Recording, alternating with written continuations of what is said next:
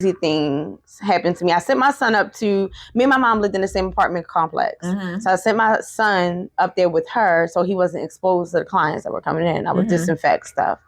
And I would start like 8, finish like midnight. I was jamming during COVID. I was jamming. And this one lady, she had sent me a deposit, made the appointment. And that's another thing. I didn't have, it automatically approved appointments then. Oh, wow. So now it's like, no, I got to accept it. But it approved her appointment and I'm jamming throughout the day. I'm jamming. She's just booked the appointment, set the deposit. Mm-hmm. She was like, you haven't responded to my messages all day and I sent you my money. And if you don't send me my deposit back, I'm going to call the police. And you know you're not supposed to be running no nail business during COVID. I was like, dang, lady. Was you scared?